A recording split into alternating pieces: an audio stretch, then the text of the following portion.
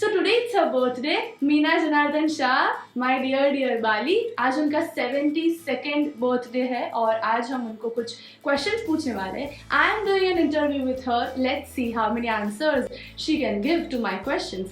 So she's preparing for that right now.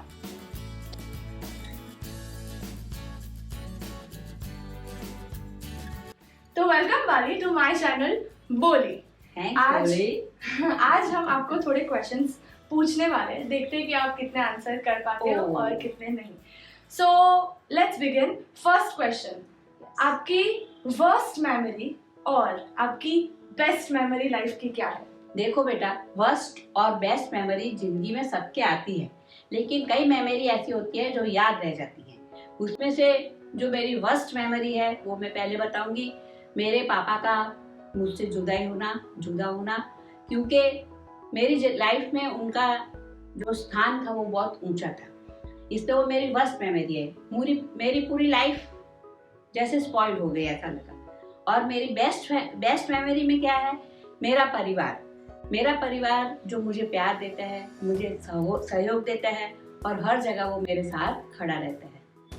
तो आप अपनी बेस्ट मेमोरी तो आपकी फैमिली है, जो आज शायद हमारे लिए बेस्ट मेमोरीज में नहीं आता है.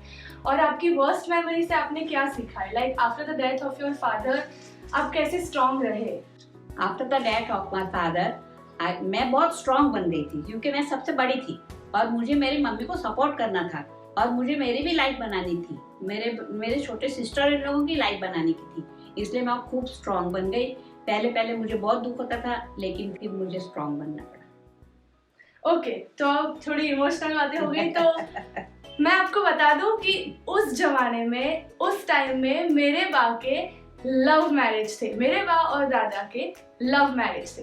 तो आप इस टाइम के लव मैरिजेस, हम जैसे पार्टनर सिलेक्ट करते हैं, उन सब में आपके क्या ख्याल है? देखिए, ऐसा है, पहले के जमाने में लव मैरिज करते थे तो एक समझदारी होती थी, और समझदारी के अंदर मैं, आप और मेरी फैमिली, ये तीनों इंक्लूड होते थे. और आजकल का प्यार किया और भूल गए, मुझे ऐसा लगता है, क्योंकि मैच्योरिटी का बहुत अभाव है इसके अंदर. इसलिए जब भी आप कोई भी कंपेनियन आप फिक्स करो अपनी लाइफ में, तो सबसे पहले अपना बॉन्डिंग बहुत मजबूत होना चाहिए. और बॉन्डिंग अगर मजबूत होगा तो आपकी पूरी जिंदगी खूब सुख से निकलेगी, आनंद से निकलेगी और आप अपने जीवन को एंजॉय कर सकोगे. So now moving on to the third question. अब बा हमारे साथ इंटरव्यू में है तो उनका थोड़ा फायदा तो उठाएंगे. So let's ask them ask her कि क्या आप एडवाइस देना चाहेंगे यंगर जनरेशन को या हमारी जनरेशन को, और या तो फिर हमारे से भी छोटे लोगों को, कि ये नहीं करना चाहिए या ये करना चाहिए? बिकॉज आप हम सबको ऑब्जर्व करते हो, आपने 72 इयर्स की लाइफ देखी हुई है, तो आप क्या एडवाइस देना चाहेंगे? देखिए, ऐसा है, एडवाइस तो मैं क्या दूं. सबसे बड़ा प्रॉब्लम आज के जन्म में है गैप जनरेशन में मतलब क्या है? वो कोई एक्चुअली गैप नहीं है, सबने उसको क्रिएट किया हुआ है गैप को. वो गैप हम मिटा सकते हैं, थोड़ा तुम चलो थोड़ा हम चले, तो वो गैप बिल्कुल खत्म हो सकती है. उसमें कोई जात के प्रॉब्लम्स नहीं होंगे. लेकिन अगर हम अहम को पकड़ के बैठे रहेंगे तो प्रॉब्लम्स क्रिएट होंगे. कुछ भी होगा, क्या हुआ भाई? Gap generation. अरे भाई, गैप जनरेशन जैसी कोई चीज ही नहीं है, तो फिर गैप जनरेशन काय को आना चाहिए? और अपने लाइफ में सबके साथ सेट होकर रहो. अपने माँ बाप के संस्कार जो दिए हुए हैं, वो संस्कार को अगर आप पकड़ के चलोगे तो कोई भी प्रॉब्लम जीवन में आएगी नहीं. तो आपका मतलब है कि जनरेशन गैप जैसा कुछ है ही नहीं, वो सब हमारे दिमाग में है. एक स्टेप हम चले तो एक स्टेप सामने वाले को चलना चाहिए, तो सब नॉर्मल. जैसे मैं और बा कैफे में कॉफी पीने जाते हैं, यस, एंजॉय भी करते हैं. हाँ, तो वहाँ पे हमारा जनरेशन गैप नहीं आता. So moving on the last question, last but not the least. अभी के ज़माने में कंपटीशन बहुत ज़्यादा है. लाइक सब अपने ड्रीम्स को परस्यू कर रहे हैं, सब इतनी मेहनत कर रहे हैं कि कोई अपनी लाइफ अच्छे से जी नहीं रहा है.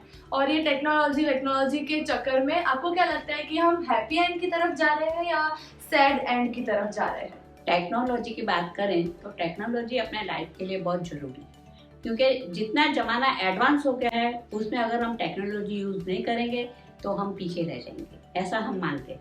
लेकिन मैं एक बात और कहूँगी कि हमारे ज़माने में कोई टेक्नोलॉजी नहीं थी, लेकिन इतना बाउंडिंग था एक दूसरे के साथ कि टैली पद्धति चलती थी। टैली पद्धति आप मानोगे क्या, मैं यहाँ बैठी हूँ और मीलों दूर अगर मेरा कोई स्वजन बैठा है तो जो मैं सोच रही हूँ उसका वो आंसर मुझे सामने से मिल जाता था।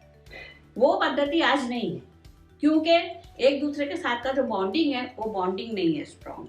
सबसे ज़्यादा मैं ये कहूँगी। दूसरा, टेक्नोलॉजी खूब ज़रूरी है।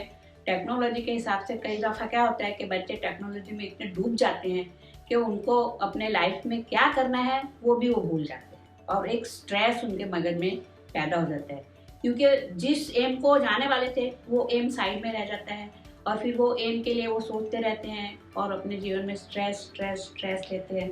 पर वो स्ट्रेस नहीं लेना चाहिए। हर एक को अपने जीवन में एक ऐसा